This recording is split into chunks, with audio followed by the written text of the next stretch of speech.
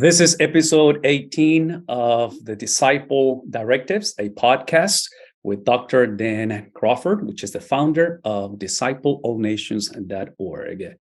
My name is Vidal, and I am your host.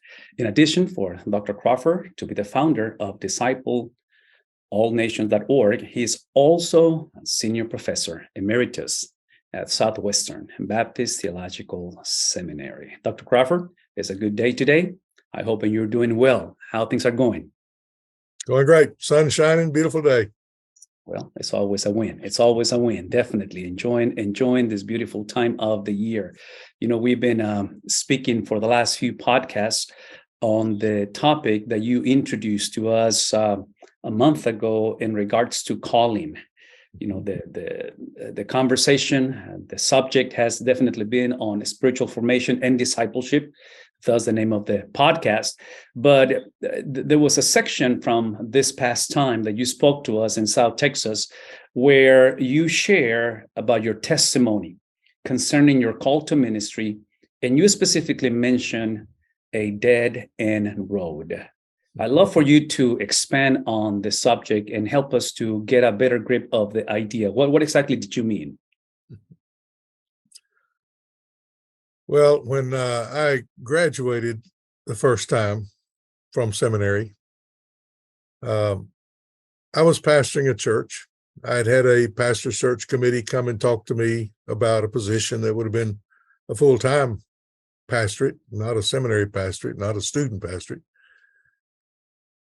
And everything looked like that's the way it was going. I didn't want to be a pastor. I tried to negotiate with God and tell him that's not what I wanted to do. And all of a sudden, I got a call and an offer, and I accepted the position of Baptist student minister and Bible instructor at what was then Pan American University, UT Rio Grande Valley now.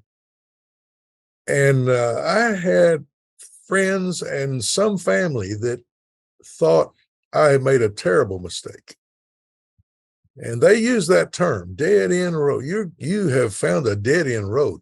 You're going to go way off down in the bottom of Texas. Nobody will ever know where you went.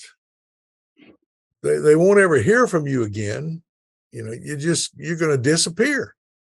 And when good offers come, opportunities to move on, they won't know where you are. I mean, that was the kind of argument I was getting for accepting this position. And I certainly didn't see it that way. I saw it as God's next step. In fact, I was sharing my testimony that on our very first date, my wife had told me that God had told her that she was going to be married to a campus minister. And I thought that was probably the end of that dating relationship because I didn't want to do that. But she was right, and she's been right most of the time ever since then. But I thought that from friends and family who said, South Texas, man, nobody goes down there and survives. You'll just be there for the rest of your life. You hit a dead end road. Yeah. Well, let me ask you, because this is something that I have never asked you before, or been more specific on the details. This is graduation from seminary. So does that imply your MDiv or your graduate studies or your doctoral work? No. Okay. Actually, back then it was a Bachelor of Divinity. We went for 3 years and got another bachelor's degree, and they changed it a few years after I was out. And for, I think, $25, we could change our degree over because it was the exact same coursework. And you're coming out of Southwestern? Yes. Southwestern Baptist. Okay. The reason why I'm asking this is just the reason why I'm asking, just because of the reference that you're making from family and friends about why are you thinking? Why would you do that to yourself? I'm thinking because typically when we go to school in any realm, in any academic setup, and we graduate, typically is for the purpose to move towards the next experience, the next level, the next position, the next opportunities. And for some reason, back in those days, apparently South Texas was perceived as moving backwards. instead of moving. I mean, you're a graduate. You finish. You're not just a layman, so to speak, that just wants to passionately serve the Lord. You are professionally trained. And according to the quote unquote system, you're supposed to move to this experience. And apparently the Lord was moving you backwards. I don't know if I shared this with you before, but growing up in Mexico and having back in the day all these missionaries from IMB, many of them, if not all of them, especially in the academic environment, they were PhDs and highly educated brothers and sisters. But specifically, these missionaries, when I met them, they will say this to us, and this is such a vivid memory in my mind, that it was kind of ironic and humbling that they will come and spend all this time preparing for ministry and finishing up doctoral degrees and go. The Lord will move them into a country where those titles were never used, because in some of these countries in Latin America, all that you are called is brother so and so. So you don't get the title. So, anyways, I'm just reminded of that, and definitely is ironic. And here we are, looking back into that experience where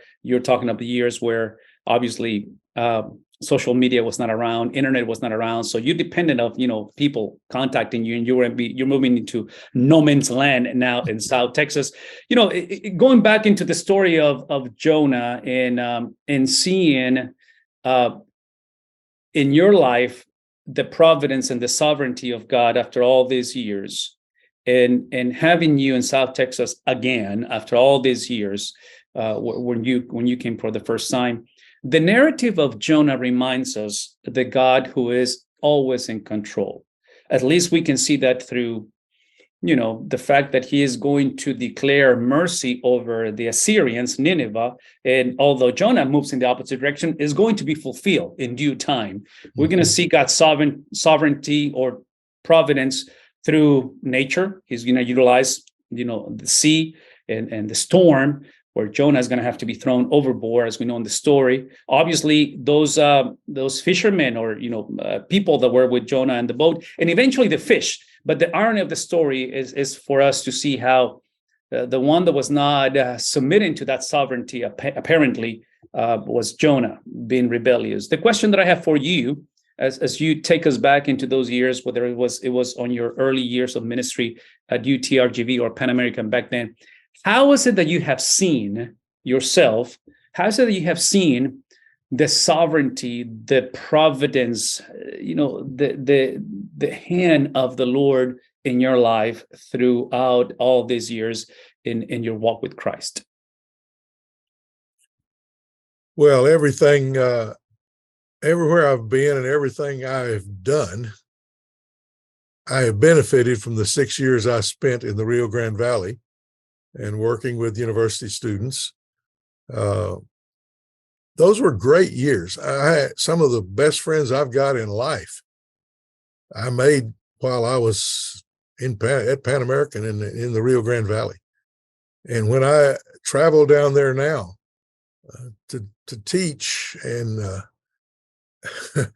I can't just go down there and teach one day. I've got people to say, we need to have lunch, we need to have coffee, we need to get together. And these are friends from 50 years ago, long-time friends. But beyond that, to the sovereignty of God and the providence of God, I went on to do collegiate ministry at a couple of other universities, and then to the North American Mission Board as a national consultant to minister in all 50 states and every Canadian province. And I thought, how did this happen to me? And it was the basics that I learned in those first 6 years, and the building of relationships and all the kinds of things that God taught me that are not taught in seminary on purpose. I mean, you got to get out someday and go learn something else.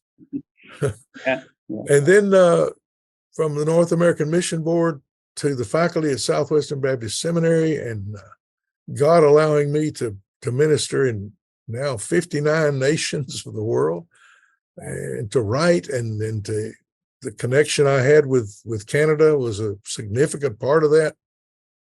I didn't hit a dead end. I hit a thoroughfare.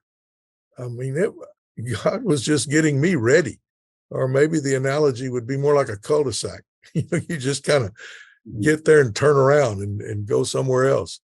I don't think that God was using those 6 years just to prepare me for something else. He used those 6 years to do some pretty significant things in the lives of students and friends of mine and in our own life, our family. But yeah, there was more to it. It certainly was not a dead end. And I don't know that I've ever hit a dead end. Trying to follow God, you're always on a thoroughfare, moving from one spot to the next and one position to the next. And it's not always like the world sees. It's like God sees. And the only way anybody can understand my testimony is to have one like it, I think, and to know that when God leads, it's always right. And I'm so glad that you mentioned that, because I was going to ask you that question. You know, your journey, your walk, your marriage, your parenting, I mean, everything. When we speak of the sovereignty of God, the providence of God, God's intervention, obviously, and I guess this is obvious for everybody, but I still want to say, does not imply that it has been easy, right? A lot of times it's not easy. And I'm bringing this part of being easy or comfortable, because obviously we are so driven by comfort today, that my question to you is, looking back, because now you're able to look back. You speak of multiple retirements, you know, that you have had in your ministry, and even today, you know, we're podcasting as a result of your re-engagement with South Texas, because that's where I had the privilege to meet you and what you do on a monthly basis down here. But what would you say to how old were you when you came to South Texas, when you got out of school? Were you in your early 20s, mid 20s? Yeah, 24, 25. All right. So what would you say to your 24-year-old version? Because the question is really, I'm asking you, what would you say to the pastor, to the young pastor that is just beginning the journey and may not feel nor see the providence, the hand of the Lord, and is questioning? You know, it's like, I know I'm called to do this, but X, Y, and Z. In the previous podcast, you spoke of, you know, God's protection, the fish over your life with the job, the offer that you had, and things like that. So many of us, we are in those crossroads of many options. So what would you say to the pastor or to your 24-year-old self as you begin the journey? Fasten your seatbelt. This is going to be a ride. I just, you know, the verses that I claimed early on, I would probably claim again if I were back at that spot, which: trust the Lord with all your heart. Do not lean on your own understanding. In all your ways, acknowledge him, and he will direct your paths. Well, that worked. I just kept trusting. I kept trying not to impose my own will on God's will. And you acknowledge him in the good days and bad days, and you just keep going. Just keep going and fasten your seatbelt. You are reminding me of the person of Jesus, because that's exactly how, from the human perspective, although he knew he was coming to suffer, to die, he was coming on a ransom mission, he's still going to pray that night and say, if it is possible, he's going to cry out and say, what have you forsaken me? And the point is that trust. Jesus modeled for us that ultimately, at the end of the day, it's a trust issue. Yeah. And the question is going to be whether we're going to trust God or we're going to trust something or someone else. And listening to your story and listening and seeing how God has moved through all the providence, the sovereignty of God, is worth it. It's worth it for us to choose to trust God. And that's the invitation. And we are very grateful, because we are the beneficiaries of what the Lord has done in your life. And I'm speaking for many people around the world that has known you and met you before. Speaking of which, you're coming back to South Texas. That's the plan. That's what we pray for on the 21st of February. for our next pastors meeting. And the question that I have for you is, give us a little preview. What's to come for us? Well, in the last meeting, we talked about the starting place, the pastor's conviction, conversion, and call. And so we're going to move from that to talk about the minister's ministry. And that's going to include the spiritual resume, which Jesus gave his disciples. We call those Beatitudes. It's going to include time management, because many of the people I will be talking to in the Rio Grande Valley are bivocational ministers, pastors. We talk about time management, and we're going to talk about conflict. Ministry involves conflict, no doubt about that. It comes from Satan for sure, but sometimes the conflict comes from other people. Sometimes it comes from ourselves. We're going to talk about conflict, and then we're going to use the last few minutes of our time to focus on the church and our ministry to the people of God. So hopefully we can get through all that, but we'll see. Well, I think we would. I think you do a phenomenal job pacing yourself, and the people are so receptive. Just the definition of ministry, many times for many of us as pastors and leaders, we automatically, I guess, correlate ministry with sovereignty of God, will of God, which implies it should be an easy road. But you just described that there's going to be some things that will need to be in place so we can navigate, this call to ministry. So we're looking forward to that. And you mentioned about the audience, the pastors that come and attend, which many of them are definitely bivocational. And that's part of the reason why the conference is offered twice in the same day, in the morning at First Baptist in Rio Hondo, which is north of Harlingen. And then in the evenings, same conference is presented again in Mission, Texas, at the Valley Baptist Retreat here in South Texas. So again, the invitation is for you guys to come and join, but there is another option as well, which we implemented last month, which is the possibility of you guys joining the conference via Zoom. So we are doing a hybrid presentation. You get the opportunity to listen to Dr. Crawford live and be exposed to that experience and that teaching, which we love for you guys to be a part of that. Which, by the way, Dr. Crawford, how people can get access to, obviously, the link for the conference on February is going to be by contacting or connecting through your website, which is discipleallnations.org, to which I was privileged to participate in the board meeting this past month. And I just wanted to ask you, because I'm new into the game, I'm new knowing you and, walking alongside with you and being, again, a receiver or just being a beneficiary of your ministry. Let me ask you, how did the ministry come into place? Disciple all nations. Where is this? How did that happen?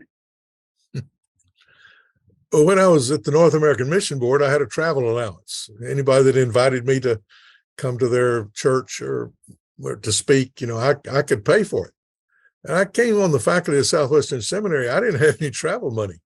And I started getting these invitations because now, for whatever it's worth, I'm a professor, we got to invite him to come. And a lot of the invitations were international. Would you come and speak to our missions group? And they came through the International Mission Board. And all those invitations, the last paragraph was the same. It started with the word however, and I discovered anytime a paragraph starts with the word however, you better pay attention. But it was however, and it said, we can't pay your way. I've seen that before. If you can pay your own way, if you were a pastor, you probably had a slush fund somewhere that you could use. Or a denominational worker might have a travel allowance. I had nothing. And I thought, I've got to change this. So we created a corporation called Disciple All Nations.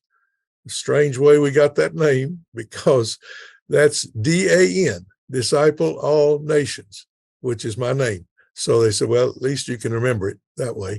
So I got a board of directors. I had an attorney friend that helped write up the legal papers to that. I had certified public accountant that helped us set up the financial way of doing that. And I set about early on as a seminary professor of putting all of my honorariums, all of the book royalties, everything I got into that account so that when I retired, I could accept those invitations that said, you're going to have to pay your own way. I said, I can do that. And that resulted in a number of things, one of which was the 6 times a year that I traveled to Vancouver to work with the churches and church starts there. It's also assisting now with my trips to the Rio Grande Valley, some of the expenses of that. So it's working well. And every church, not every church, but a lot of the churches where I've been interim pastor have added Disciple All Nations to their missions giving. And so we continue to bring in money. They're individuals. I don't ever go out and try to raise money. People ask me, what's your budget? The budget is whatever we've got, that's what we spend. And if you invite me to do something, I say, let me see if I've got the money to do it. And if I don't, I don't. If I do, I do. But God has blessed it. It has enabled me to spend my retirement years wisely and to be a good steward of all that God has taught me through the years, to be able to pass that on now, like we're doing in this podcast, and in just ways that I probably could not have served had we not created this corporation. So the board of directors meets once a year. You were zoomed into that at our last meeting. These are 24 wonderful friends of mine that hold me accountable, basically, is what they do. And we meet once a year to talk about what we've done and what we need to do. Well, not only that, but also it also speaks of where this is heading. And again, if you guys, as you watch or listen to this podcast, and you'd like to invite Dr. Crawford, he is game, he's available, but he will love not to have the however, section on the invitation. I'm just playing, God always provides. But Dr. Crawford, we are just blessed for what you have done and what you are doing, and the fact that you continue to do this. I'd like for you to remind everyone once again, where can they find that information about the ministry? Would you remind us of the website? It's Disciple All Nations, one word, discipleallnations.org. Which, by the way, to our website. Again, that's where you can find books, all the books that he's written, which are many of them.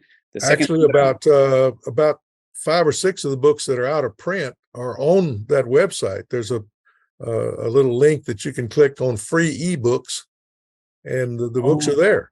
They're no longer available because they're out of print. So you have it on a downloadable or yes. PDF form? No, you can download the book and read it. All right, people, come on, come and visit. Check it out. Valuable because, as a lot of people know and would know if watching this podcast, that 1999 we had a shooting at our church, Wedgwood Baptist Church in Fort Worth, and I was asked to write the book on the shooting and its aftermath. And that book is out of print, but it's available. And these days, we don't go many months without a shooting at a place of worship. Something like that. And that's a valuable book to help people understand where was God in the midst of all of this. A biblical perspective. And you can go to that website and click on the free ebooks and get a book like that you can, don't click print. You'll wipe out a whole ream of paper. So just click on it and read it on your computer screen. Wonderful. Well, thank you. Thank you for what you do. Thank you for making these resources available. And the other resource I want to remind everyone is that every Monday, you do put out a brand new insight. Love for you to just briefly tell us what you do on Monday mornings. It's called Dr. Dan's Monday Morning Manna, and it's a 1-paragraph spiritual jumpstart for the week. Brief, takes a few minutes to read. Some people read it on Monday. I have a subscription list. If you want to subscribe to it and give me an email, you can do that on my website, and you'll get it every Monday morning by email. It's also on Facebook and other social media platforms. Well, and again, if you would like to participate on the live teaching sessions, conferences monthly, sessions that he does, that Dr. Crawford does in South Texas via Zoom. If you subscribe to the newsletter, we'll be able to channel and give you access to that Zoom link, which changes every month, and we'll provide it for you. Love to have you guys connect and engage and get into the Q&A time as he opens up in the conference. And just to let you know that this is a two-way conversation, meaning the podcast. We want to hear from you. We want to pray with you and pray for you. So thank you for connecting, Dr. Crawford. Always a pleasure to see you. And we will see you guys next time on our podcast, Disciple Directives. God bless and have a great week.